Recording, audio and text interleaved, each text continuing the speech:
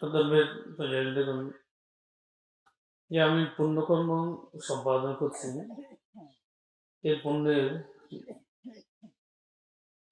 কতগুলো আমাদের বহিঃপ্রকাশ রয়েছে।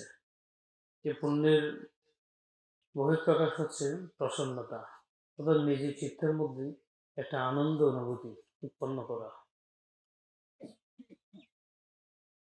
আমাদের চিত্ত যখন বিষণ্ণতা হয়, যখন বিভিন্ন মলিনতা, পাপ, মানসিক দুশ্চিন্তা, পারিবারিক বিভিন্ন দুঃখ কষ্টের মধ্যে আমরা যখন নিমজ্জিত হই, তখন দেখবেন আমাদের চেহারা, আমাদের চিন্তাধারা, কথাগুলো অত্যন্ত দুর্বল হয়ে যায়। আমাদের মুখবর্ণ কৃষ্ণ হয়ে যায়, অর্থাৎ কালো হয়ে যায়। আমাদের কথাবার্তাগুলো দুর্বল হয়ে যায়। তাহলে মানুষের এই বিষণ্ণতা, পারিবারিক দুঃখ কষ্টগুলো থেকে মুক্ত হওয়ার সমাধান নয়। সংসার আবর্তে আমরা যারা সংসার জীবন রচনা করছেন, এটা সৃষ্টির শুরু থেকেই অন্তিম পর্যন্ত প্রত্যেক মানুষের জীবনে এগুলো ঘটবে। এমন কোনো মানুষ নেই জন্মের শুরু থেকে মৃত্যুর আগ পর্যন্ত সে পারিবারিক দুঃখ কষ্টের মধ্যে সে ছিল না। সেটা ফুটপাতে অবস্থানরত ব্যক্তি হোক, অথবা ইংল্যান্ডের রাজা এলিজাবেথ হোক, অথবা বারাক ওবামা হোক, এমন কোনো ব্যক্তি নেই যার জন্মক্ষণ থেকে রাজকীয় বংশে যারা জন্ম নিয়েছেন তাদেরও যে অবস্থা, আবার যিনি ফুটপাতে জন্ম নিয়েছেন তারও একই অবস্থা। দুঃখ দৌর্মনস্য হাও হতাশ পরিযাবন, এগুলো প্রত্যেকটা মানুষের জীবনে থাকবে। এখন বুদ্ধ বলছেন এগুলো থেকে মুক্ত হওয়ার দুশ্চিন্তা, হতাশা, রোদন, ক্রন্দন নয়। এগুলো থেকে মুক্ত হতে হলে যে পুণ্যকর্মের বহিঃপ্রকাশ, যখন আমরা পুণ্যকর্ম সম্পাদন করছি তখন আমাদের চিত্ত, চেতনা, সমস্ত পাপ, সুখ দুঃখগুলোকে মন থেকে বিদূরিত করে মনকে পূর্ণ চেতনায় উদ্ভাসিত করা। ঠিক আছে, আমার জীবন অনেক দুঃখ আছে, কিন্তু এখন আমি অনেক সুখী আছি। এখন এই মুহূর্তে আমি এই পুণ্যকর্মে নিজেকে সম্পৃক্ত করতে পেরেছি। এরকম একটা সন্তোষ, এরকম একটা মানসিকতা, এরকম একটা চিন্তাধারা তাদের মনের মধ্যে জাগ্রত করতে হবে। চিত্তের মধ্যে পারিবারিক দুঃখ কষ্টগুলো যত জল্পনা কল্পনা করবেন তত বেশি এর কষ্ট বৃদ্ধি প্রাপ্ত হবে। এর এর দুঃখ কষ্ট, এর পরিমাণ বৃদ্ধি হবে। আর যদি বলেন না জগতে দুঃখ পাচ্ছি সেরকম আমি একা নই, পৃথিবীতে দুঃখ পাচ্ছি সেরকম আমি মানুষ একা নাকি, আরো লক্ষ লক্ষ কোটি কোটি মানুষ আছেন দুঃখ পাইতে। এটা মানুষের জীবনের স্বাভাবিক ধর্মতা। সুখ আসবে, দুঃখ আসবে, আপন হবে, পর হবে, প্রিয় হবে, অপ্রিয় হবে, হ্যাঁ, এবং বিভিন্ন সমস্যা জীবনের মধ্যে জর্জরিত হবে। সবকিছুকে সহজ করে মেনে নিয়ে যে সুন্দররূপে ধর্মময় জীবনযাপন করতে পারেন সেই হচ্ছে প্রকৃত দায়ক ব্যক্তি, উপাসক উপাসিকা। কারণ বুদ্ধ এগুলো নিয়ে চিন্তা করতে নিষেধ করেছেন। থাকবে, এগুলো আসবে, যাবে। জীবনে চলার পথে শুরু থেকে অনেক ছোট ছিলেন, ছোট থেকে অনেক বড় হয়েছেন। তাহলে বড় হওয়ার পরও মানসিক পারিবারিক দুঃখগুলো যায়নি, কখন যাবে? কত বড় হলে, কত সম্পত্তির অধিকারী হলে দুঃখগুলো যাবে? তাহলে মানুষের দেখা যাবে যত বড় হোক না কেন, জড় সম্পত্তির অধিকারী হোক না কেন, দুঃখ যায় না। কারণ যায় না কেন? মানুষের চাওয়া পাওয়া যত বেশি, মানুষের তত দুঃখ বেশি। এ হচ্ছে আমাদের অবস্থা। সেজন্য বুদ্ধ এই সংসার আবর্তি দুঃখ পাওয়ার কতগুলো উপায় বলেছেন বুদ্ধ।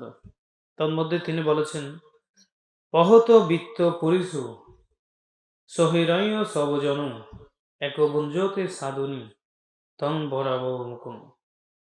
অর্থাৎ সংসার জীবনী আপনি দেখবেন কতগুলো মানুষ আছেন যারা পরিবারের দুঃখ পায়, কষ্ট পায়। তো দুঃখ কষ্ট পায় কারা? যারা যারা সংসারের পরাজিত পুরুষ, পরাজিত মহিলা। পরাজিত মানে যারা, যাদের জীবন মানুষ হওয়ার পরেও পরেই ওরা ব্যর্থময় জীবনযাপন গঠন করে। আমরা যখন কিছু সম্পদ লাভ করি, আমরা যখন কিছু বাড়িঘর নির্মাণ করি, টাকা পয়সা কিছু ব্যাংকে জমা করি, তখন আমরা নিজেকে সফল মানুষ হিসেবে মনে করি যে আমি একজন সফল ব্যক্তি। কিন্তু বুদ্ধ বলছেন তারা সফল নয়। কারা সফল নয়? এই গাথার মধ্যে বলছেন যে ব্যক্তি স্বর্ণ, রূপা, ধন সম্পত্তি আদি কাহাকেও কাউকেও কিছু দেয় না, শুধু নিজের জন্য, বিপদ আপদের জন্য সে জমা করে রাখে।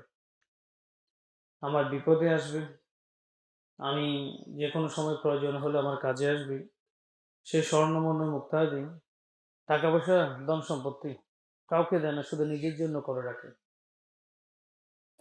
তখন তারপর বলা হচ্ছে এই ব্যক্তি পরাজিত পুরুষ, পরাজিত মহিলা। তা বলা হচ্ছে পরিবারের যখন সুস্বাদু কোনো খাদ্যদ্রব্য, বস্ত্র এগুলো যখন ক্রয় করে, তখন সে শুধু নিজের জন্য চিন্তা করে, অন্য কারোর জন্য সুস্বাদু খাদ্যদ্রব্য, বস্ত্রের সে চিন্তা করে না। সমাজের মধ্যে, পরিবারের মধ্যে এরাই হচ্ছে সবচেয়ে বেশি অজ্ঞান এবং পরাজিত ব্যক্তি। তো তাদেরকে অজ্ঞানী এবং পরাজিত ব্যক্তি বলেছেন কেন? যেমন সংসার জীবনে আপনি যত কাপড় চোপড়, স্বর্ণ মণি মুক্তা, টাকা পয়সা এগুলো জমা করেন না কেন, প্রত্যেকটা মানুষ কি করবে? এগুলো ফেলেই একসময় চলে যেতে হবে। কারণ সম্পত্তি শুধু জীবিত থাকাকালীন সময় এগুলো আপনাদের কাজে লাগবে। সংসার জীবনে আপনি এমন কতগুলো পরিবারের আশেপাশের মানুষ দেখবেন যারা ইচ্ছা করলে অনেক কিছু করতে পারে সমাজের মধ্যে, সব ধর্মের জন্য তারা ইচ্ছে করলে অনেক কিছু করতে পারে, কিন্তু তারা কৃপণ, তারা অদাতা, তারা মানুষের কোনো উপকারে আসে না, মানুষকে সাহায্য সহযোগিতা করে না, দান ধর্মে নিজেকে সম্পৃক্ত করে না। অতীত জীবনে হয়তো কোনো একটা পুণ্যকর্ম করেছেন, সে পুণ্যের ফলে পাকা দালানঘর নির্মাণ করেছেন, কোটি টাকা জোগাড় করেছেন, স্বর্ণ অলঙ্কারে ভর্তি করে রেখেছেন। এগুলো আমাদের ভবিষ্যতে আমার সন্তানরা, আমার নাতি নাতনিরা ভোগ করবে, এরূপ চিন্তা করে সেই বৃদ্ধ বয়সে মৃত্যুবরণ করে চতুরোপায় জন্ম নেবে। কারণ এই পর্যন্ত ত্রিপিটকের মধ্যে নাতি নাতনিকে, ছেলে মেয়েকে অনেক টাকা পয়সা বাড়িঘর দিয়ে গেছেন, এই পুণ্যের ফলে স্বর্গে গেছেন, সেরকম কোনো দৃষ্টান্ত নেই। দৃষ্টান্ত আছে আপনি শাসনের জন্য, সদ্ধর্মের জন্য, বৌদ্ধের শাসনের জন্য, অথবা দিনে দুঃখী মানুষ, অসহায় দরিদ্র মানুষের জন্য যদি আপনি কোনো কিছু করতে পারেন, দান পারমিতা, শিল পারমিতা, ত্যাগ পারমিতা, তাহলে সেই পুণ্যকর্মই আপনাদের পরকালে মঙ্গল সাধিত হবে। তাহলে সদ্ধর্মের পূজারীবৃন্দগণ, একটা সত্য ঘটনা বলি। এই একটা সত্য ঘটনা বলি। সত্য ঘটনা হচ্ছে, আমার একজন অত্যন্ত প্রিয় সেবক আছে। এখন ওনার বাবা, নাম বললে চিনবেন, ওনার বাবা খুব কৃপণ। ওরা একটা বড় ব্যবসা বাণিজ্য করতেন। ওনার নামে 10 কোটি টাকা আছে ব্যাংকে। এখন কি হলো, বাবার বয়স প্রায় ধরেন 70 থেকে 75, 80-র কাছাকাছি।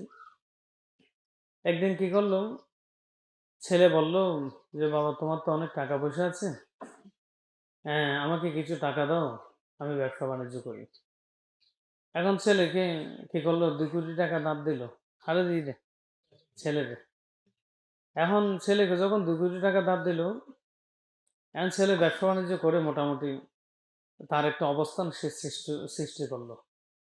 তখন ছেলেকে বলল যে এখন আমার বয়স তো হয়ে গেছে, আর তো বয়সে গিয়ে টিয়া পয়সা ন দিবে না, আমি মরে গেলে টিয়া খারো দিবে, তুমি বাসে দেখতে টিয়া আরো দিবে। কে বলছেন? বাবা হদ্দে ফোয়ারে। তখন সন্তান তো ধার্মিক, তো বান্তের সেবক, তো সন্তান বলছেন বাবা তুমি মরে গেলে এত বিশাল সম্পত্তি এগুলো কি করবে?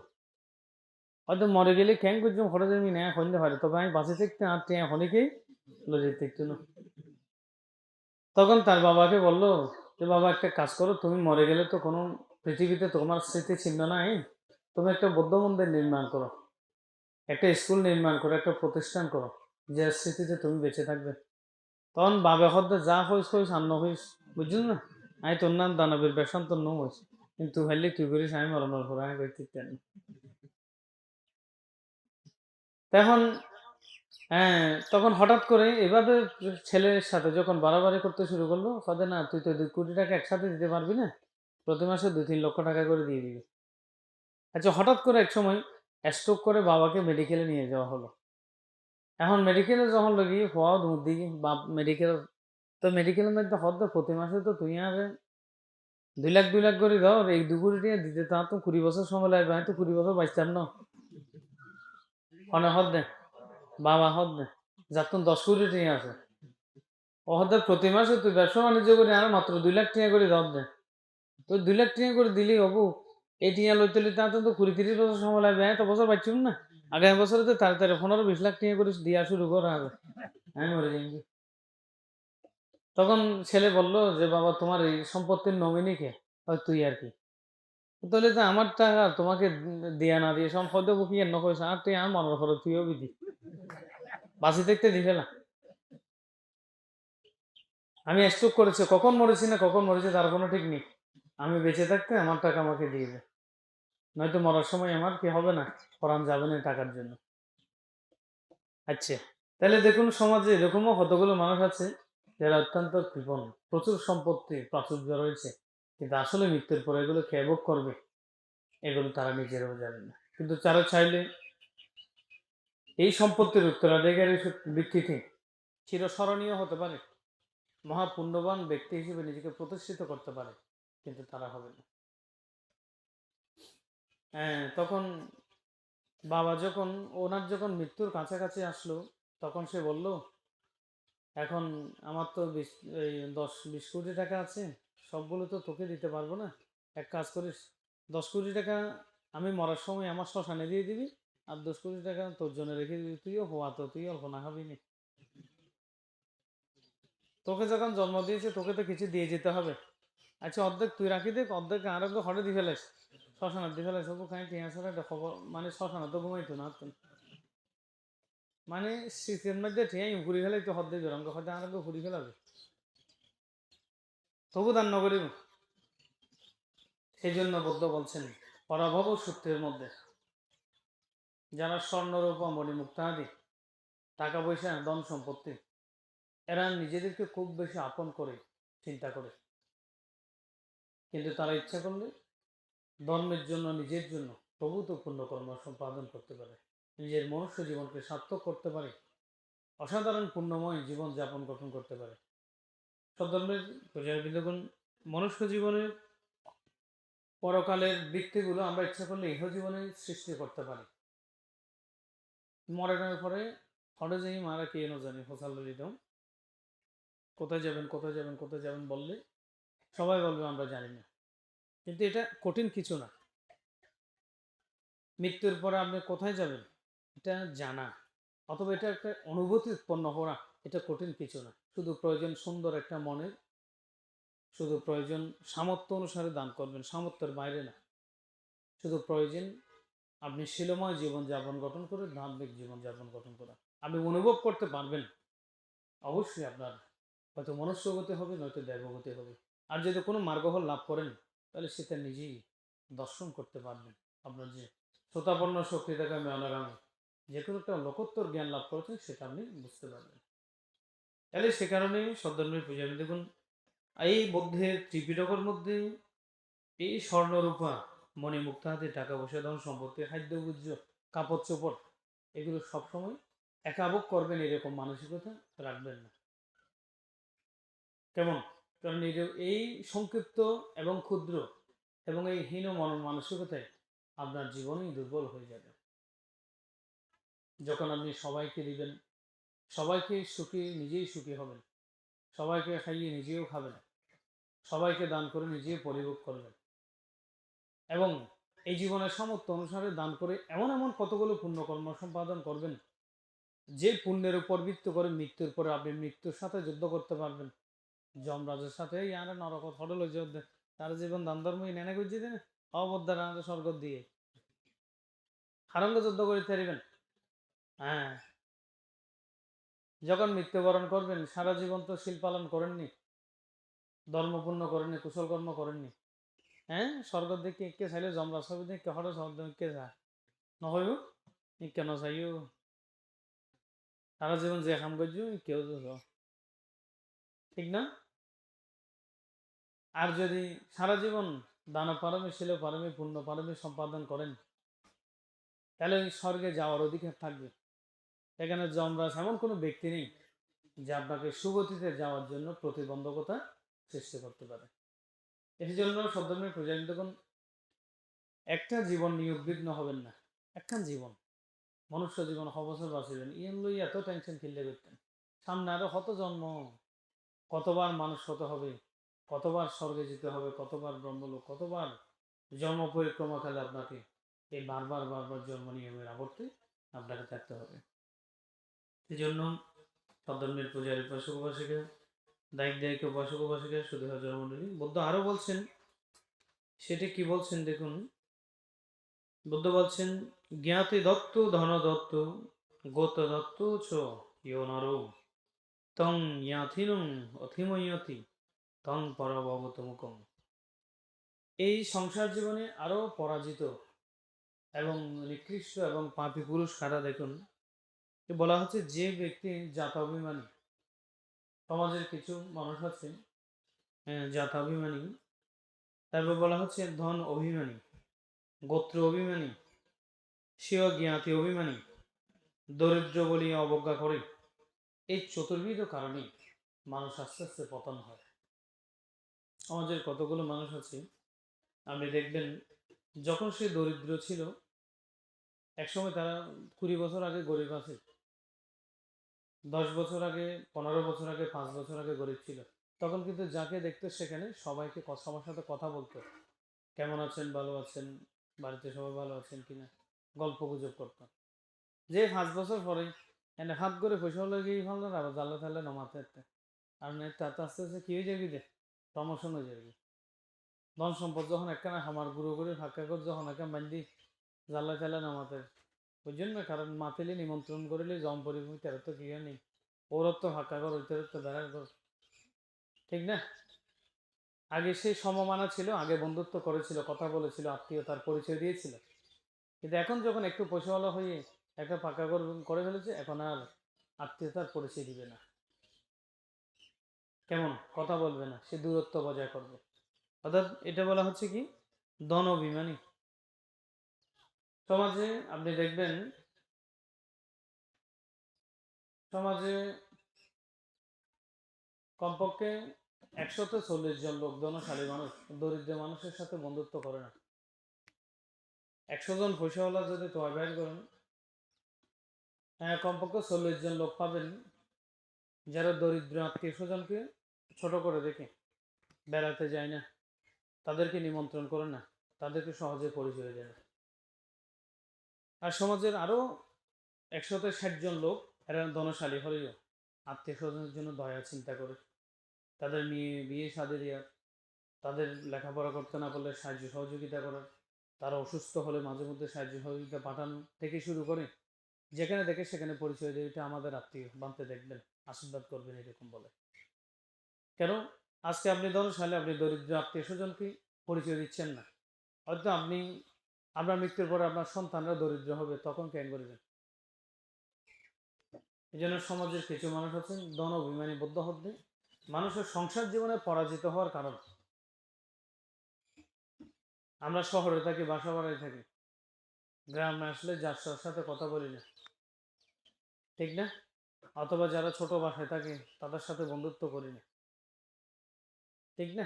এরকমও কিন্তু অনেক পরিস্থিতি আছে। সেজন্য এই অহংকারী, ধন অভিমানী অহংকারগুলো ত্যাগ করবেন। তাদের বাড়ি ছোট, তারা গরিব, তারা বেতন কম পায়, তাদের বাসা ছোট, তাদের শিক্ষা দীক্ষায় অনুন্নত, এ ধরনের করে কোনো ব্যক্তিকে অবজ্ঞা তুচ্ছ করবেন না। প্রত্যেকটা মানুষকে তাদের সম্মান দিয়ে সম্পর্ক বজায় রাখবেন, কথা বলবেন। যদি কারোর সাথে বিবাহ বন্ধনে আবদ্ধ হন, ছেলের জন্য মেয়ে আনেন, হ্যাঁ, মেয়ে বিয়ে দেন, তাহলে এক্ষেত্রে আপনি বুঝে সুঝে একজন আপনার সমমান একজন ব্যক্তির সাথে সম্বন্ধ করতে পারেন।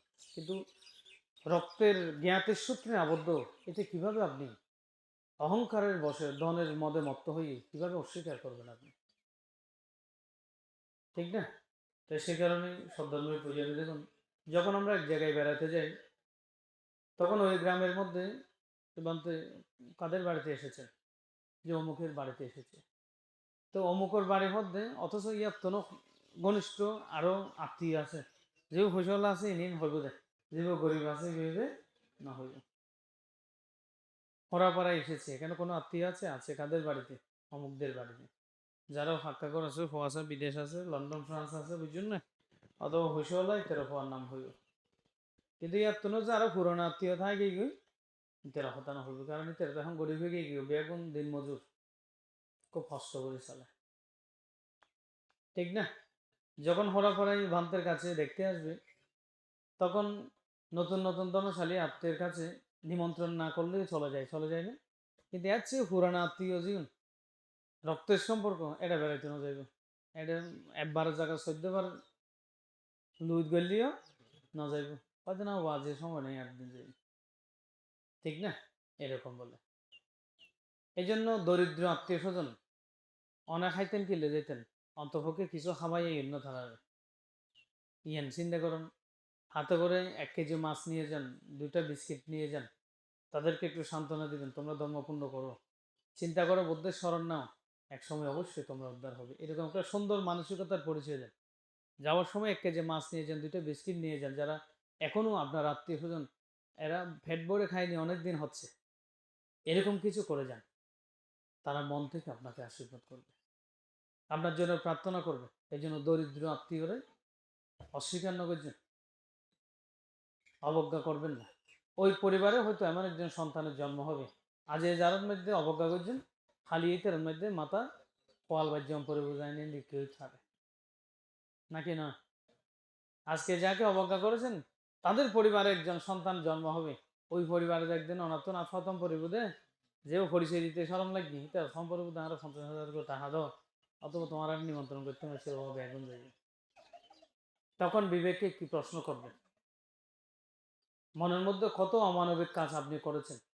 যারা দরিদ্র ছিল আমি পরিচয় দিইনি, যাদের বাড়িতে যায়নি, অনেকবার আমাকে নিমন্ত্রণ করেছে, কিন্তু এখন তারা যখন অর্থবিত্তে সমুন্নত হয়েছে, তাদেরকে নিমন্ত্রণ করার জন্য যারা নিমন্ত্রণ করছি তার মাঝে এখন উল্টো নিমন্ত্রণ করি বলে তার মধ্যে বিয়ের হাট লই না, আর দূরণ পাবে। এই জন্য দনমদে মত্ত হবেন না কখনো। যারা দরিদ্র আত্মীয় স্বজন দুয়া সার্গ বংশের ভিতর ফসল হলি, তারা চিন্তা করে খুশি হয় না, অমুক বড়ুয়ার আত্মীয়, অমুক বড়ুয়ার আত্মীয় করে হয়, কিন্তু ওনারা আনন্দ করে স্মরণ করে তারা। কিন্তু ধনশালী আত্মীয় হল, দরিদ্র আত্মীয় হল কি করে? তুচ্ছ করে। পরিচয় দিতে হনদিন অস্বীকার না করিবেন। যেমন আমি দুতাঙ্গ সাধক স্মরণঙ্কর বান্তে, কেমন একসময় আমি অনেক ছোট ছিলাম, আমার অবস্থান তো অনেক নগণ্য ছিল, কিন্তু এখন আমাকে যে পরিচয় দেয়, হ্যাঁ আমি আমি ঠিক আছে বলি, কেউ বলি না যে আমি তোমাকে চিনি না। কেমন অন্তপক্ষে আমার পরিচয়, আমার গোত্র, আমার আত্মীয়ের পরিচয় দিয়ে সে মনের মধ্যে একটু হলেই আনন্দ অনুভূত হবে। সে আনন্দের অংশীদার আমি হই না কেন? আমার নামটা আমার আত্মীয় পরিচয় দিয়ে সে যদি বলে আমি ভান্তের জ্ঞাতি আত্মীয় পরিজন এইদিকে এইদিকে, তাহলে তার মনের মধ্যে একটু হলেই খুশি হবে, তারই একটা মানুষের কিঞ্চিত হলেও সুখের কারণ হয়েছে আমি। আর তো কিছুদিন না পারে, অন্তপক্ষে তার খুশির কারণও ও তো আর তো টিয়া চাইতে নয়, আর বরং প্রসঙ্গ আর খাওয়া দাওয়া দাওয়া ফাঁকা করে বাঁধে দিকে নহত, শুধু একটি স্বীকৃতি চাই মানুষ, একজন ভালো মানুষের আত্মীয় হিসেবে নিজের পরিচয় দিতে চায়। সামর্থ্য অনুসারে থাকলে দিবেন, না থাকলে দিবেন না। এই জন্য কেমন, এই জন্য কখনো দরিদ্র অসহায় আত্মীয় স্বজনকে তুচ্ছ করবেন না।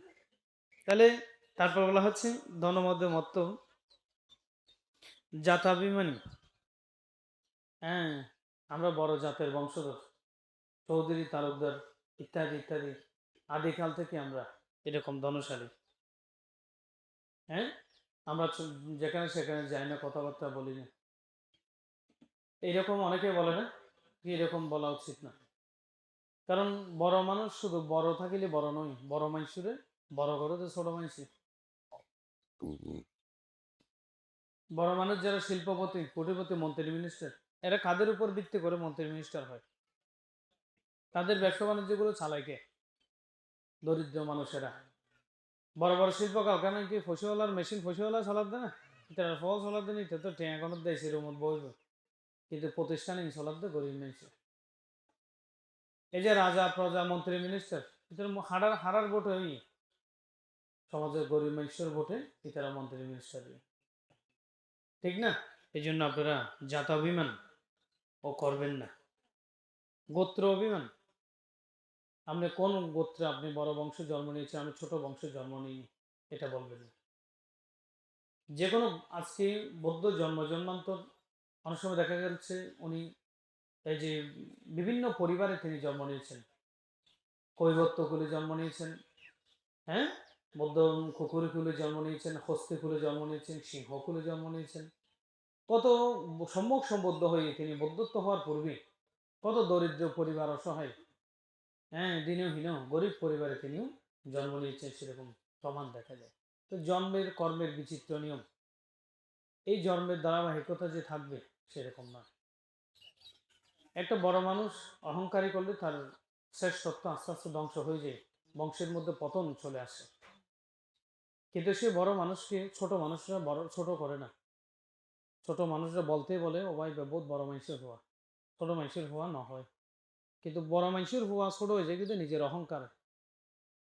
সমাজের যারা মধ্যবিত্ত এবং নিম্নবিত্ত মানুষ, ওরা বড় মানুষেরও হঠাৎ ছোট না করে, হইতে হয় দিবে বড় মানুষের হওয়া, দানি মানুষের হওয়া, সম্মানী মানুষের হওয়া, হয় না, না হয়। কিন্তু বড় মানুষের হওয়া নিজের অহংকার করি, গৌরব করি, হ্যাঁ, নিজের অহংকার গৌরব করতে যাই ও নিজে হয়তো তোরা মানুষ না, মানুষ তো আর আনা গণিলি, তোরা গণত আছে না, এভাবে বলতে বলতে বড় মানুষ যারা, এরা সমাজ থেকে আস্তে আস্তে নিকৃষ্ট হয়ে যায়, অর্থ সম্পত্তি কমে যায়, মান সম্মান কমে যায়, ধ্বংসপ্রাপ্ত হয়, তারা বিলুপ্ত হয়ে যায়। তো সে কারণে বুদ্ধ বলছেন, হ্যাঁ, জ্ঞাতি অভিমানী। অনেকে আছেন জ্ঞাতি অভিমানী কি, আত্মীয় স্বজন সবাই, আমরা আত্মীয় স্বজন সবাই ভালো, ওদের আত্মীয় স্বজন সবাই নিকৃষ্ট, এরকম বলে। তো সেই জন্য সদ্ধর্মের পূজারী দেখুন, আত্মীয় স্বজন, ধন সম্পদ, বংশ পরম্পরা সমস্ত কিছুতে আপনারা যাতে নিখুঁত করে থাকতে পারেন, সেই জন্য অহংকার, নিজের শ্রেষ্ঠত্ব, অকুশল কর্ম, পাপকর্ম এগুলোকে বর্জন করে রাখবেন।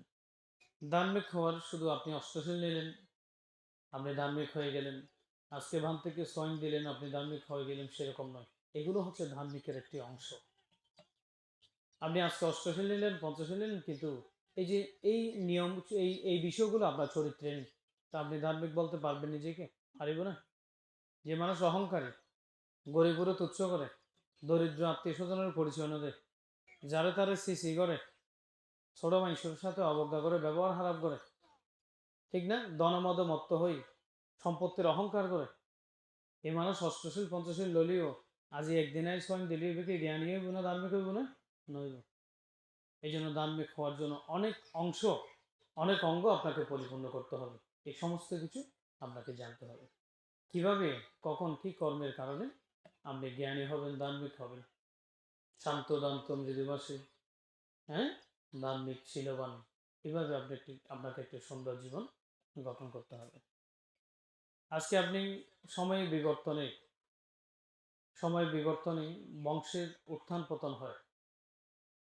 আজ থেকে 100 বছর আগে যারা জমিদার ছিল, এখন সেই জমিদারি জায়গাগুলো, বাড়ি ভিটাগুলো খা খা করছে, পড়ে আছে, থাকার মতো কোনো মানুষ নেই সেখানে, ঠিক না? আজকে থেকে 50 বছর আগে যারা গরিব ছিল, কৃষক ছিল, দিনমজুর ছিল, এখন এরা সমাজের মেম্বার চেয়ারম্যান হয়ে গেল, এরা শিক্ষা দীক্ষায় উন্নত হয়ে বড় বড় ডাক্তার ইঞ্জিনিয়ার হয়ে গেছে, ঠিক না? তাহলে পরিবর্তন, এটা হচ্ছে মানুষের জীবনের, সংসার জীবনের একটা উত্থান পতন, পরিবর্তন যাবে। সেই জন্য সদ্ধর্মের পূজারী উপাসক উপাসিকা, দায়িক দায়িকা শুধু হজর মণ্ডলী, আপনারা যথাযথ কুশল কর্ম সম্পাদন করবেন। বুদ্ধ পুণ্যকর্ম সম্পাদন করার কতগুলো বিষয় তিনি বলেছেন, যেমন তিনি সূত্র পিটকের মধ্যে বলছেন 4 প্রকার ব্যক্তি চারিভাবে পুণ্যকর্ম সম্পাদন করে, আবার চারিভাবে তারা সেই ফল ভোগ করে। কিভাবে? যেমন কোনো দায়ক আছেন, নিজে পুণ্য কাজ করেন, আবার অন্য কাউকে পুণ্য কাজ করার জন্য অনুপ্রাণিত করেন, নিজেও করেন, আরেকজনকে করতে বলেন। আবার কোনো ব্যক্তি আছেন নিজে করেন না, আবার আরেকজনকে করতে নিষেধ করেন। আবার কোনো ব্যক্তি আছেন নিজে পুণ্য কাজ করেন, আরেকজনকে পুণ্য কাজ করার জন্য নিষেধ করেন। আবার কোনো ব্যক্তি আছেন নিজে পুণ্য কাজ করেন না, কিন্তু আরেকজনকে করার জন্য অনুপ্রাণিত করেন। এই 4 প্রকার ব্যক্তি সমাজের মধ্যে দেখা যায়। এই 4 প্রকার ব্যক্তি জন্ম জন্মান্তর 4 ভাবে 4টা ফল লাভ করবে, চতুর্বিধ ফল লাভ করবে এরা। প্রথম ফল, সমাজের বা পরিবারের অনেক পুরুষ নারী ছেলে মেয়ে উপাসক উপাসিকা আছেন যারা নিজে দান করেন না এবং অন্য কাউকে দান করার জন্য উৎসাহ দেন না, নিজেও শীল পালন করেন না, অন্য কাউকে শীল পালন করার জন্য অনুপ্রাণিত করেন না, নিজেও পুণ্য কাজ করে না, অন্য কাউকে পুণ্য কাজ করার জন্য উৎসাহ দেয় না। সমাজে থট্ট মানুষ আছে তো বেশি বুঝে, ও জিয়াম বুঝে কেন ওরা ধর্ম মনে করে, হয়তো মন্দিরে যাইলে শূন্য হয়ে যায় কিনা, আজর নিবে এনে বন্ধ না করলে শূন্য হয়ে যায় কিনা, ঠিক আছে না, অষ্টশী লেখা না রইলে শূন্য হয়ে যায় কিনা, হিয়েন লইলে যে হিয়েন লইলে ও তো শূন্য কি শূন্য হয় চাই তুমি সত্তর বদ্ধ হয়ে চাই তুমি কি করলে শূন্য হয়ে চলে এবারে ফসাল লইবেন তো সমাজের যে একটা বেশি মাথা দেয়, বেশি বুঝে দেয় নিজের ধর্ম বেশি বুঝে ফেলে দিয়ে নিকে হট্টা মানুষ আছে না, ওদের না যে নেবেন না মন্দির যাইলে শূন্য হয়ে যায় কিনা, এনে অষ্টশী লেখা রইলে শূন্য হয়ে যায় কিনা, এনেকে কখনো হয়।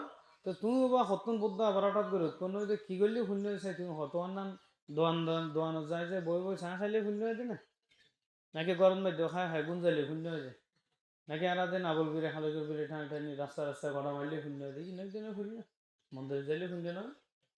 কারণ যে মানুষের হতা ইয়ে হইব এতে ঘরতে খামি কেন, হয়তো তাঁচকেলা খাইব, নয়তো দোয়ানো যাই আর দিন চা খাইব, টিভি চাই খাইব, করে গালতে মশা মাছি ঢুকের আর বাইরে বুঝুন না, আনালে খাই টাইমে টাইমে গুঞ্জের ভিতরে তো খামি ইনসারের কিছু নেই। যখন মানুষ যখন সমাজের দ্বন্দ্ব মহিন্য করিব তেরা অবজ্ঞা করিব, বেশি বুঝে দেব ধর্ম। তাহলে বুদ্ধের সমস্ত পুণ্যক্ষেত্রের সবচেয়ে বড় পুণ্যক্ষেত্র হচ্ছে বিহার। ওই বিহারে গেলে যদি আমার পুণ্য না হয় তাহলে খরচ যাইলে পুণ্য হয়ে যাবে।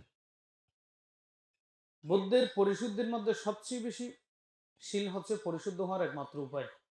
আর যদি একদিন অষ্টশীল যদি আর পুণ্য নয়, আর যদি ভাব দৌত নয় তাহলে আর কি করলে দৌত হইবে না। আসলে সমাজের এই সমস্ত এই ফাঁফি মানুষরা বলতে চায় কি, ওরা নিজেরাও জানে না আসলে ওরা কি বলতে চায়। তাহলে সেই জন্য সদ্ধর্মের প্রজাবৃন্দগণ পাঁচশো লোকে কিছু বলবে, পাপীরা পাপ কথা বলবে, ঠিক না, আপনারা আপনাদের কাজগুলো করতে থাকবেন। বুদ্ধে সমাজের বিকৃত মানুষরা, বিতর্কিত মানুষ, এরা পাপী মানুষ, এরা কি বলছে সেদিকে কান না দিয়ে বুদ্ধ কি বলছেন সেটা শুনবেন। এ বুদ্ধ কি বলেছেন, এই সমাজে দুই চার মানুষ সমালোচনা করে বুড়ো বুড়ি কি বড় নাকি বুদ্ধ বড় নাকি জ্ঞানী জ্ঞানী বান্তল বড়, খন বড়, বুদ্ধ বড় জ্ঞানী জ্ঞানী ভিক্ষু সংঘ বড়। জ্ঞানী ভিক্ষু সংঘরা কি বলেছেন, বুদ্ধ কি বলেছেন সেটা শুনবেন। ইবের গিয়ে নুনি নেই মাথা চিন্তা করি, ইবের গিয়ে চিন্তা করলে অন্য ফলে যাবেন, ইবের গিয়ে চিন্তা করিবার সময় নেই। বুদ্ধ কি হই শিলবান গুণী জ্ঞানী বান্তরে কি হই চিন্তা করিবেন না, ঠিক না। ওনারটা শুনলে পাগল হয়ে যাবেন, উনি যেরকম বিকৃত মানসিকতা আপনিও বিকৃত হয়ে যাবেন। এলে এই যে 4 জন ব্যক্তি যারা নিজেরাও শীল পালন করে না, দান ধর্ম করে না, কুশল কর্ম সম্পাদন করে না, পুণ্যকর্ম সম্পাদন করে না এবং অন্য কাউকে পুণ্যকর্ম করার জন্য, শীল পালন করার জন্য, দান করার জন্য প্রতিবন্ধকতা করেন, ঠিক না। ওরা অনেকটা যুক্তি জানত, হয়তো দেখুন ভাই মানুষের খাইবার লাই বান্ত হল টল হল কত যুক্তি দেখার, ঠিক আছে না, ইতারা খাইবে বলে আমি বলে সুখী যে কেন হতা এনেকে হয়তো ন, ইতারা খাইবে বলে আমি মৃত্যুর ফল বলে স্বর্গ যাই যুক্তিও দেয়, ঠিক না। হ্যাঁ, তাহলে এই কৃপণ মানুষ মৃত্যুবরণ করে তারা দুর্বল হবে। অনেক মানুষ আছে একবেলা জায়গায় 4 বেলা হয় তো মোটা নয়, এদিকে হটানো আছে, হ্যাঁ, দুর্বল হবে, অসুন্দর হবে। অনেক মানুষ আছে সুন্দর সুন্দর কাপড় পরবে, পেছন থেকে কাপড় পরে দেখবেন মনে হবে মানুষটি অনেক সুন্দর, কিন্তু চেহারা দেখে কি নেই, সুন্দর নাই। যেহেতু নিজে পুণ্য না করে অন্য কেউ, ও সবসময় দুর্বল হবে, ঠিক না। নিজে দরিদ্র হবে, অসহায়ভাবে দিনে মিনে কাজ কাজ পাবে না, দিনটি হামতে হইব তো হামানো হইব, ঠিক না? এরকম দুর্বল, কৃষক, অজ্ঞানী এবং কুৎসিত হয়ে সে জন্ম নিবে। আয়ু বর্ণ সুখ বল প্রজ্ঞা। আয়ু মানে সমায়ু হয়ে জন্ম নিবে। সুখ মানে যেখানে যাবে সেখানে দুঃখ পাবে। বর্ণ মানে কালো হবে সে। সুখ সবসময় সে দুঃখ পাবে যেখানে সে অবজ্ঞা তুচ্ছ করবে। আর জ্ঞানহীন হয়ে সে জন্ম নিবে। যেহেতু সে তার আত্মীয় স্বজনকে নিষেধ করেছেন, ওর হতা যে যেও নি, এই সমাজের এই সমস্ত মানুষের হতা যে যেও নেব, এই ওর বন্ধু ব্যাগুন ওর আত্মীয় জন্ম হইব। ওই বেজেন দিকে ব্যাগুনের দিকে বেগুন দুর্বল, বেগুন কৃষক, বেগুন খালো, বেগুন গরিব, আত্মীয় স্বজন ও যেরকম, ওর সমস্ত আত্মীয় স্বজন ওর হয়ে জন্ম নিবে। অর্থাৎ ওর যত অনুসারী থাকবে, ওকে যারা যারা পছন্দ করবে, ওর কথা যে যে শুনবে, সমাজের মধ্যে তার হতা অনুযায়ী মানুষ আছে না, কিছু কিছু উপাসক উপাসক তার ভক্তও আছে, যেই যে ওই মানুষের হতা অনুব, এই ব্যাগুন ওর আত্মীয় স্বজন হয়ে জন্ম হইব। অত লোক হওয়াইব, এটি যেদিকে ব্যাখা হওয়াই বেও ব্যাখা, বুঝছেন না? যে মাইয়া হতা অনুব এইবার বউ জন্ম হইব, ব্যাখা এতন ব্যাখা বউ, বুঝছেন না? হ্যাঁ, ওই হতা অন্য দে সমর্থন করছি দে, কারণ ও যেরকম ভাবে পুণ্যকর্ম করেনি, পুণ্যকর্মের বিরোধিতা করেছিল, ঠিক ওর অনুসারে যারা, ওর কথা যেন সহমত যারা পোষণ করেছেন, সবাই ওর আত্মীয় স্বজন হয়ে জন্ম নেবে। আচ্ছা, তার এরপর যারা জন্ম জন্মান্তর নিজে পুণ্য কাজ করে না, কিন্তু আত্মীয় স্বজনকে পুণ্য কাজ করতে বলে। সমাজের এমন কতগুলো মানুষ আছেন যারা নিজে করে না, একটি অনারোগ্য চা খাবাইতো না, কিন্তু চা খাবি না হলে তুমি দুই দিন দিকে হঠাৎ মানুষ নো আছে, আবার আছে না তাড়াতাড়ি হবে। হ্যাঁ, এদিকে হঠাৎ মানুষ আছে হয়তো আজ চা খাবো না, হয়তো না টিয়া বসে নাই, আছে তোমার বদি টিয়া না দেয়, বুঝছেন না? হ্যাঁ, গরম মধ্যে অভাব অনটন, হয়তো তুই খাবি না, হয়তো তৈলি ধুয়া খাওয়া আছে না, অজ্ঞ ন কেন হন। হ্যাঁ, বেশিরভাগ বললে গিয়ে যে সিঙ্গারা সমস্ত ডবল ডবল খাবো পরিবর্তন, এটা খাইতে হইয়ের এত হদ্দে টিয়া নেই, কিন্তু খাবি না হইও না তো দুধ ইতার আগে দুধ দিয়ে, বুঝছেন না? আছে না তৈলে। তাহলে সমাজে এমন কতগুলো মানুষ আছেন যারা নিজে শীল পালন করে না, কিন্তু অন্য কাউকে শীল পালন করার জন্য বলে না, ধর্ম শূন্য করো বাবালা, দান ধর্ম করো, নিজে দান করে না, কৃপণ, ঠিক না? অনেক মানুষ হচ্ছে বড় বড় সঙ্গ দান করে, ঠিক না? আবার অনেক মানুষ হচ্ছে বড় দান করে বুঝি আপনাদের দুই তিন অর্থ মাছ দান হাই বেলা করে চাই থাকে, আজ হয়তো খামত যাইতেন চলিবুতে বিয়ান হতো রাত পর্যন্ত, এক সপ্তাহ চলিব, দুই সপ্তাহ চলিব, তিন সপ্তাহ, এদিক কেন আছে ফটো আমার ম্যাচ জানা যায় চলত দে আজকে 3 দিন বেড়ে মাছ মাংস দিই, ঠিক না? অনেকে আছে দানের বান্ড খুলে দিয়েছেন। আবার সমাজের মধ্যে হট্ট মানুষ এই সুযোগের স্বীকার করে হয়তো আজ 3 বেলা চলিবুতে মাছ যান, ঠিক না? অর্থাৎ সে দানের বিপক্ষে কিন্তু ভোগের পক্ষে। তখন এই ব্যক্তি 60 প্রকার ব্যক্তি 60 প্রকার ফল ভোগ করবে। তখন এই মানুষ মৃত্যুবরণ করে কি হবে জানেন? হ্যাঁ, অর্থাৎ সেই আত্মীয় স্বজনের মধ্যে দেখবে সকল আত্মীয় স্বজন দেখতে সুন্দর হবে, হ্যাঁ, কিন্তু সেই উগ্র মানুষ দেখিবেন একদম অসুন্দর, মানে ব্যাগুন দেব দেবীর মতো সুন্দর গড়ের মানুষ, কিন্তু ওই উগ্র মানুষ দেখিবেন দেখবে এবার আলিত নাই হলিত নাই, বুঝছেন? এই এক বইতে হতুম বাইরে ইয়ে করে হইব, সুন্দর নাই। সব মানুষ সবল হবে, কিন্তু ওই মানুষ দুর্বল হবে। পরিবারের সবাই শিক্ষিত হবে, সে অশিক্ষিত হবে। পরিবারের ভাই বন্ধু সবাই ধনশালী হবে, কিন্তু ও গরিব হবু, বেগুন তো তোয়াই তোয়াই লম্পর মায় হয়তো না, মাঝে বদ্দারে 1000 করে টিয়া দিবে, কুল্লা বদ্দারে 1000 করে টিয়া দিবে, বড় বদ্দারে 2000 করে টিয়া দিবে, ল্যাঙ্গের ল্যাঙ্গের সালাম করবে। ওই যে সারা জীবন সবাইকে ধর্মপূর্ণ করতে বলেছি, হ্যাঁ, সবার সাথে সেই জন্ম হবে, কিন্তু সবার গরিব হয়ে সে, দরিদ্র হয়ে সে জন্ম নেবে। পরিবারে এরকম কতগুলো সদস্য আছে, তো আছে না? সবসময় সবার ভাই বন্ধু সবার আত্মীয় স্বজনের মুখপানে চেয়ে থাকে কখন মেয়ে বিয়ে দিবে। বড় বড় ফসল আছে বেগুন অল্প অল্প দিব, তার মেয়ে বিয়ে দিব। কতন অসুখ হইব মেডিকেলে যাবে, বেগুন অল্প অল্প দিব, তার চিকিৎসা করিব। ওর হওয়ার গো শহরে নর, বেগুন অল্প অল্প দিব, শহরে দিব। এইভাবে সবসময় আত্মীয় স্বজনের মুখপানে চেয়ে থাকে। অর্থাৎ এরা জন্ম জন্মান্তর সবাইকে দান ধর্ম করতে বলেছেন। যাদেরকে বলেছেন তারা বেগুন ফসল হয়, ও না করে ও গরিব হই, ঠিক আছে না? সেহেতু জন্ম জন্মান্তর ওদের মুখপানে তাকে চেয়ে থাকতে হবে, ঠিক না? আচ্ছা, তারপর আরেক প্রকার মানুষ আছে সমাজের মধ্যে, দেখবেন সে নিজে দান ধর্ম করে, কিন্তু আত্মীয় স্বজনকে কেউ দান ধর্ম করতে বলে না, কৃপণ। তাহলে নিজে দান ধর্ম করেন কিন্তু অন্য কাউকে দান ধর্ম করতে বলে না। যেমন অনেকে আছেন এখানে, আজকে স্মরণকর ভান থেকে দেখতে যাবো, সঙ্গদান অষ্টু পুরস্কার দান করবো, চলো সবাই মিলে যায়। আবার অনেকে আছে তাদের না ব্যাকরণ অন্য চলে, আঁড়া আঁড়া করি শুনতে, ঠিক না? ছেলে মেয়ে আসেনি, হ্যাঁ, তাহলে এরা দান থেকে বঞ্চিত হলো না? তাহলে একা একা দান যে করেছেন, আত্মীয় স্বজন ছেলে মেয়েকে যে আনেননি, জন্ম জন্মান্তর কি হবে? আপনি একা ধনশালী হবেন, একা সুন্দর হবেন, একা শক্তিমান হবেন, দীর্ঘায়ু হবেন, জ্ঞানী হবেন, যেহেতু আপনি সবসময় একা পুণ্য কর্ম সম্পাদন করেছেন। সে তো সমস্ত পুণ্যের ফল আপনি একা একা ভোগ করবেন। কিন্তু দেখবেন পরিবারের কাউকে যেহেতু আপনি সহযাত্রী করেননি, দেখবেন এরা কালো হবে, এরা কুৎসিত হবে, এরা দুর্বল হবে, এরা কৃষ হবে, ঠিক না? অনেক মানুষ আছে তার বাবা সুন্দর কিন্তু ছেলে অসুন্দর, আছে না? কারণ বাবা সারা জীবন পুণ্য করছে, ফোয়াই বেদি না করে, তাহলে ফোয়াই বেয়ে আব্বইতে হয়তো বা খারাপ হওয়া বললাইতে চেহারা তো মিললে নহয়, হয়। আবার অনেকে আছেন স্বামী সুন্দর কিন্তু স্ত্রী অসুন্দর, হয়তো তার তো নমা নাই, বুঝছেন না? বই ওখান কি আব্বইতে বেহা হয়, ঠিক না? আবার অনেক সময় স্ত্রীরা বেশি ধর্ম করে, পুণ্য করে, তখন স্ত্রী সুন্দর হবে কিন্তু স্বামী বইবতে অনেকে, বুঝছেন না? পালন করছেন, এখানে 1000টি ধর্ম কথা শুনে সেখান থেকে 10টি কথা মনে রাখছেন, তাহলে সেই উপদেশগুলোকে ছেলে মেয়ের শোনা উচিত নয় কি? নাকি নয়? আপনার সংসারে আপনাদের এখন সংসারের মধ্যে মন একটা আপনাদের মনটা একটা স্রোত ধারায় চলে গেছে।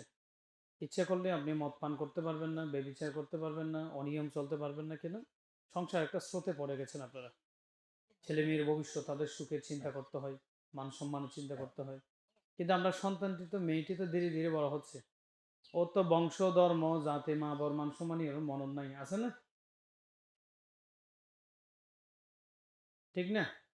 একটা 45 বছর, 35-40 বছরের একটা গৃহকর্ত্রী, অর্থাৎ একজনের বউ, ও ভুল করতে 1000 বার চিন্তা করিব, কিন্তু ওকে 16 বছর যে মাইয়া, ও কে আরো ভালোবাসতে 1000 বার চিন্তা করিব না? কয় বে সুন্দর লইব, অথবা কেন শহরে গড়ি লইব, তুই মুসলমান বড় হোক আর তো নলাইব, দেখে দিব। তাহলে ধর্ম হাতুন আগে বেশি গরম পড়িব, মাইয়াতুন নাকি মাতুন?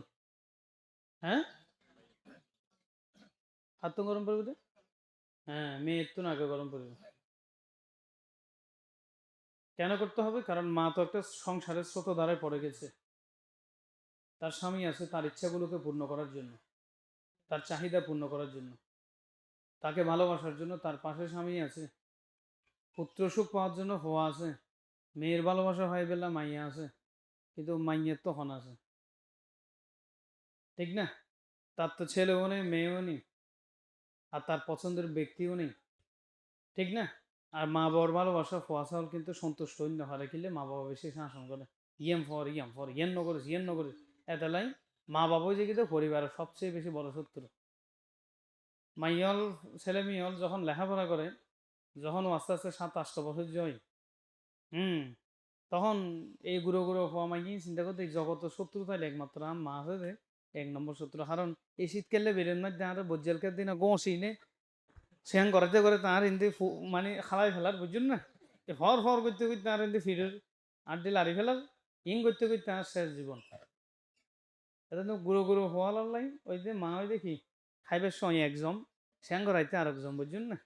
হ্যাঁ, সারাদিন ধুইতে ধুইতে যখন সারা গায়ে ময়লা হই, তখন খেয়ার বুঝালকে দেখ ডলার শটের হয় দে, এখন সময় হয়ে যায় খাঁদে ফোয়া খাদে না যে চলাই ফেলি শতান্য করার মজা বাইরে ফেলি, ঠিক ন? দুধ না খাবে হলে কম পড়িব দে সোয়া লাগি, খা খা আচ্ছা কম পড়ি, ঠিক ন? গুড়া মাছ না খাই না না কি নখাও দে তোর বা খাইব দে, ঠিক ন? ফরা বানানো নকরিবি না, তুই নকরিবি, তোর বাপ বাপ তোর বাই করিবি দে, ইটার বাপ তো ফরিনি, বহুত কিছু করে ফেলি, বুঝছেন না? তাহলে এখন এই বাচ্চি বেলায় এই সংসার জীবনের সবচেয়ে বেশি বড় দুঃখ হয়ে যায় তখন মায়েদের সবচেয়ে বেশি বড় দুঃখের হারানিতে। এই জন্য সাইবুতে কে না মা বড় ফাঁকিবাজি মারি, একটু ঘুরিয়ে ফেললে, একটু স্বাধীন হয়ে ফেললে, ঠিক না? তো সেই জন্য সন্তানরা খেয়াল রাখবেন, এদেরকে বেশি ধর্ম শিক্ষা দিয়ে বড় করবেন। তখন ও মানসিকভাবে যখন মা বাবা পড়ালেখা করি বেলায় সুন্দর করে চলি বেলায় ভালো করে সুন্দর করে থাকি বেলায় ও যাতে শিক্ষিত হয়ে গেলে যখন এখন প্রেশার করে, তখন ও নিজের হতাশা অনুভব করে, মানে এই জগৎ আমার ভালোবাসেন নিয়ে কে নেই, ও আর কথা ভালো করি অন্য। তখন এই ছেলে মেয়ে চিন্তা করে আর এই জীবনের ভিতরে আর আদর করে ভালোবাসা গিয়ে কে নেই, তখন হঠাৎ করে ওর জীবনে আসবে, হ্যালো তুমি কেমন আছো ও মা, জান পরাণ ভালোবাসি, ওই চলো না দায় যাইবই, শেষ, জীবন শেষ হয়ে গেল। কারণ মাই তো জান পরাণ নহর, বাবাও হদ্দে ফরম পড়িব ভালো করে চলো দুষ্টুমি করছো, ঠিক নয় না? তখন সমবয়স্ক কোনো ছেলে মেয়ে তার জীবনে যখন আসলো, সে বলল তোমাকে ছাড়া আমি বাঁচবো না, তুমি আমার জান পরাণ, ঠিক না? আমি তোমাকে ভালোবাসি, কারণ মিডিয়া হতা হদ্দে তো একজনের, বুঝছেন না? এই যখন মিডিয়া হতা হয় তখন হয়তো চলো তলে যায় যাই এ দাগি। এই জন্য বাস্তবতা কি, বাচ্চারা এটা শুনতে হলে তাকে ধর্ম জ্ঞানের দরকার, তার জীবনে কি জ্ঞানের দরকার।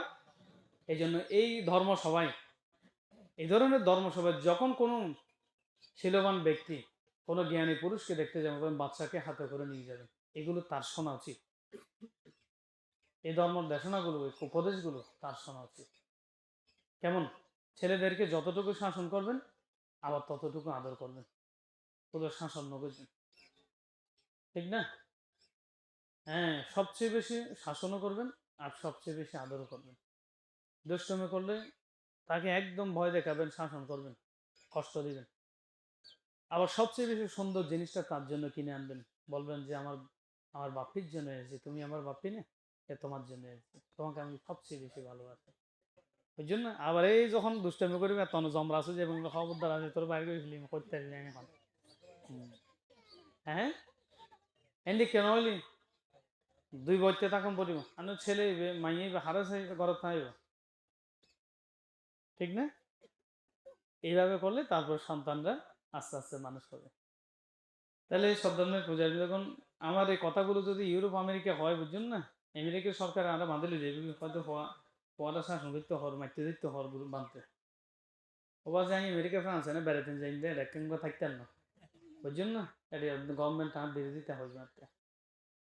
এই জন্য আমরা যে পরিবেশে বড় হয়েছি, হ্যাঁ সেই পরিবেশের কথা বলছি।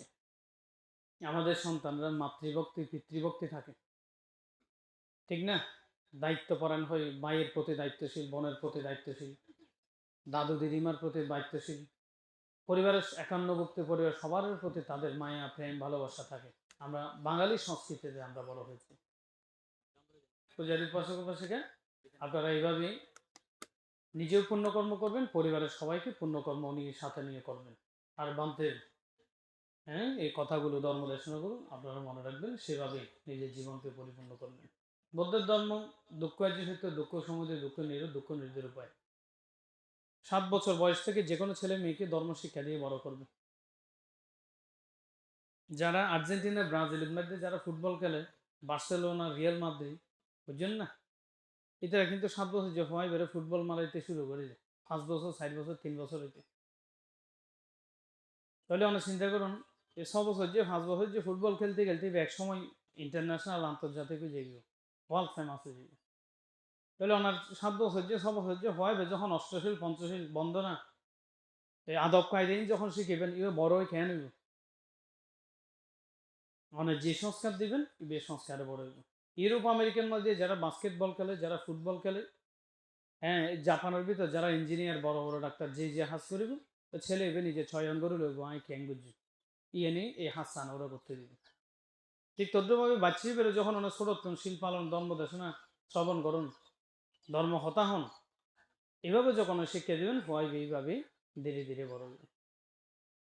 স্কুলের মধ্যে 12 সাবজেক্ট থাকলে এরকম ধর্মীয় সাবজেক্ট আছে, তো ধর্মীয় সাবজেক্ট পড়ে পড়ে এক পৃষ্ঠে এক পৃষ্ঠে লিখিব, আজি সূত্র লিখিব, সাইলাল লিখিব, এবার খালি অনুবাদ করিব, তখন ও পড়তে পড়তে একজন জ্ঞান অর্জন করিব। এইভাবে সন্তানদেরকে মানুষ করবেন। আপনাদের ভালোবাসার ফসল হচ্ছে সন্তানরা। সন্তানরা কুলাঙ্গার হলে সারা জীবন সংসারও বৃথা মনে হয়, হয়তো হন হইয়া আরো সংসার করতো মাইন মরি কেন হুর হইলাম, মনে না হইব?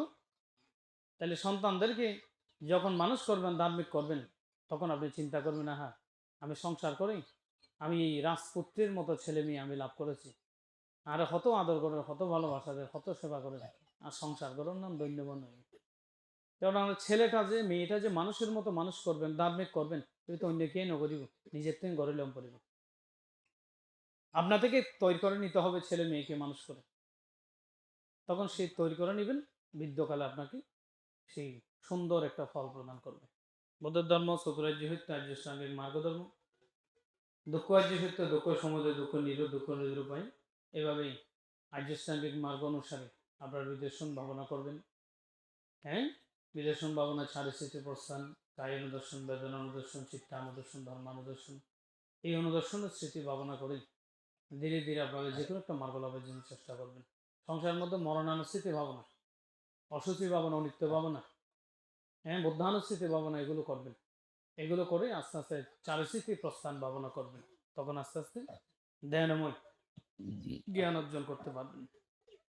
সকলের শারীরিক মানসিক সুখী হন, সমস্ত কুশলীয় মানুষকে অনুপূর্ণ হোক, নির্বাণ লাভ হোক, প্রত্যেকে পূর্ণদান আশীর্বাদ প্রদান করে ধর্মদেশনে এখানে শেষ করছি।